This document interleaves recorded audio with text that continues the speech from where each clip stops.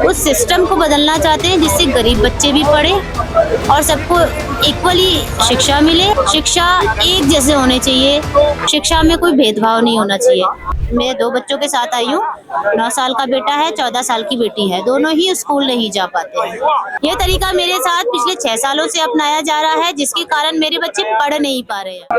आगरा से प्रोटेस्ट में आए हैं। हाँ, प्रोटेस्ट में आई हूँ और इस प्रोटेस्ट के सहारे में अपनी बात रखना चाहती हूँ। यहाँ क्या बात है? मैं अपनी बात जनता के सामने ये रखना चाहती हूँ कि ये तो प्रोटेस्ट का आंदोलन चल रहा है, जिसमें कुछ बच्चों ने पेपर लीक होने की वजह से आत्महत्या कर दी और कुछ तो शिक्षा का जो सिस्टम है उस सिस्टम को बदलना चाहते हैं जिससे गरीब बच्चे भी पढ़े और सबको इक्वली शिक्षा मिले। अमीरों की, गरीबों की, स्कूल शिक्षा एक जैसे होने चाहिए, सरकारी गैर सरकारी सब। शिक्षा में कोई भेदभाव नहीं होना चाहिए। ये मकसद है यहाँ इस आंदोलन का। तो इस आंदोलन के माध्यम से मैं ये कहना चाहूँगी कि मेरी समस्या भी थोड़ी इसी तरह की है। मेरी समस्या थोड़ी अलग है, मगर उससे मेरे बच्चे भी इस शिक्षा की वजह शिक्षा नहीं ले पा रहे हैं। कहीं ना कहीं मेरी वजह से मेरे बच्चे यहाँ आए हैं। मेरी जो समस्या है उस समस्या के कारण जो शिक्षा नहीं ले पा रहे, इसलिए मेरे बच्चे यहाँ आए हैं मेरे साथ। मैं 2 बच्चों के साथ आई हूँ। 9 साल का बेटा है, 14 साल की बेटी है। दोनों ही स्कूल नहीं जा पाते हैं। कारण ये है कि 6 साल पहले 2020 में मेरे पति ने अपनी ही बेटी के साथ शारीरिक शोषण किया था, जिसका मैंने उसके खिलाफ मतलब शिकायत की थी। उस शिकायत के बाद उसे अरेस्ट तो कर लिया गया। उसके बाद प्रशासन ने उसके ये दिखा के कि वो पिता है और शरीफ है और पिता ऐसा काम नहीं कर सकता, उसको एक तरह से क्लीन चिट दे दी। पेपरों में तो ये केस चल रहा है। 6 साल से अभी तक ये 8 साल की बच्ची का शारीरिक शोषण का जो रेप के अंदर आता है केस चल रहा है, मगर अभी तक कोई नतीजा नहीं आया है।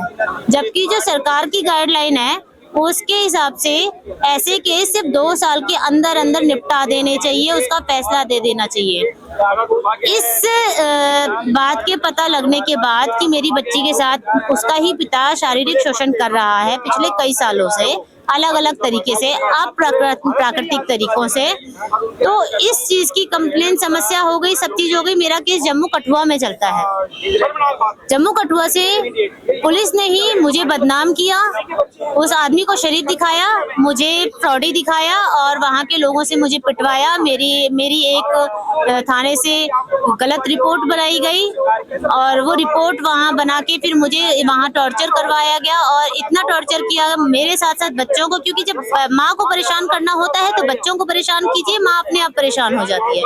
यह तरीका मेरे साथ पिछले 6 सालों से अपनाया जा रहा है, जिसके कारण मेरे बच्चे पढ़ नहीं पा रहे हैं, स्कूल का मुंह नहीं देख पा रहे हैं। मैं स्कूल में डाल भी देती हूँ तो स्कूल में बच्चों को टॉर्चर कराया जाता है और मेरे बच्चे स्कूल के नाम से ही कतराने लगते हैं। मैं चाहती हूँ मेरे बच्चों को शिक्षा दे और ये सरकार दे, क्योंकि मेरे इस केस के बाद सरकार की जिम्मेदारी बनती है, क्योंकि मैं एक बलात्कार पीड़ित परिवार हूँ। चाहे वो बलात्कारी घर का ही क्यों ना हो, संगीन मामला होता है बलात्कार, फिर चाहे वो घर का ही क्यों ना हो, बच्ची के साथ हुआ, 8 साल की बच्ची के साथ।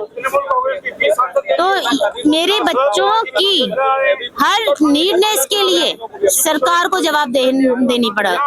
तो मैं इसके माध्यम से ये कहना चाहती हूँ कि हमें भी न्याय मिले, हमारी भी सुनवाई हो, मेरे बच्चों को शिक्षा मिले, धर्मेंद्र प्रधान का इस्तीफा का मिले, और जब तक इस्तीफा नहीं होगा मैं यहीं धरने पर ही रहूंगी, इन प्रोटेक्शन के साथ रहूंगी, सबके साथ रहूंगी, क्योंकि इसी पे मेरे बच्चों की शिक्षा आधारित है। क्यों, अगर जब तक ये लोग नहीं हटेंगे मेरे बच्चे भी नहीं पढ़ पाएंगे और जो बाकी के बच्चे हैं उनको भी सही शिक्षा नहीं मिल पाएगी।